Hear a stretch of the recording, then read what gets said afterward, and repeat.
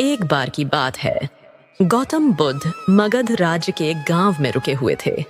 गांव से थोड़ी दूरी पर एक मोची अपने परिवार के साथ रहता था। मोची के घर के पास एक तालाब था। एक सुबह रोज की तरह जब मोची तालाब से पानी लेने गया तो उसने वहां एक अद्भुत पुष्प खिला हुआ देखा। वह पुष्प बेहद सुंदर और चमत्कारी लग रहा था। मोची ने तुरंत अपनी पत्नी को बुलाकर वह पुष्प दिखाया। मोची की पत्नी, जो धार्मिक और आध्यात्मिक प्रवृत्ति की थी, पुष्प को देखते ही समझ गई कि यह गौतम बुद्ध के प्रभाव से खिला होगा।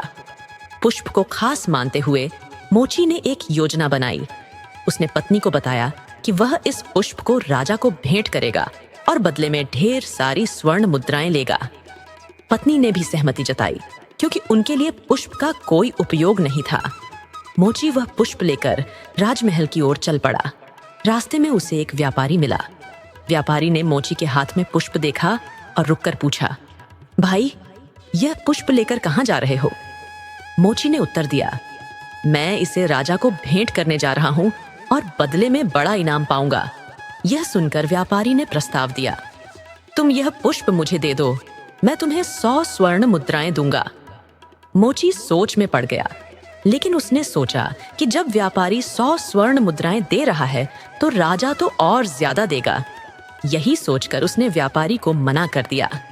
थोड़ी दूर आगे जाने पर उसे राजा अपने काफिले के साथ आते दिखे। राजा गौतम बुद्ध के दर्शन के लिए जा रहे थे। राजा ने मोची के हाथ में दिव्य पुष्प देखा और उसे 1000 स्वर्ण मुद्राएं देने का प्रस्ताव रखा। यह सुनते ही मोची के मन में एक नई भावना जागी। उसने पुष्प राजा को देने के बजाय सीधे गौतम बुद्ध के पास जाने का निर्णय किया। गौतम बुद्ध ने मोची को देखते ही पूछा, क्या बात है, तुम इतने व्याकुल क्यों हो?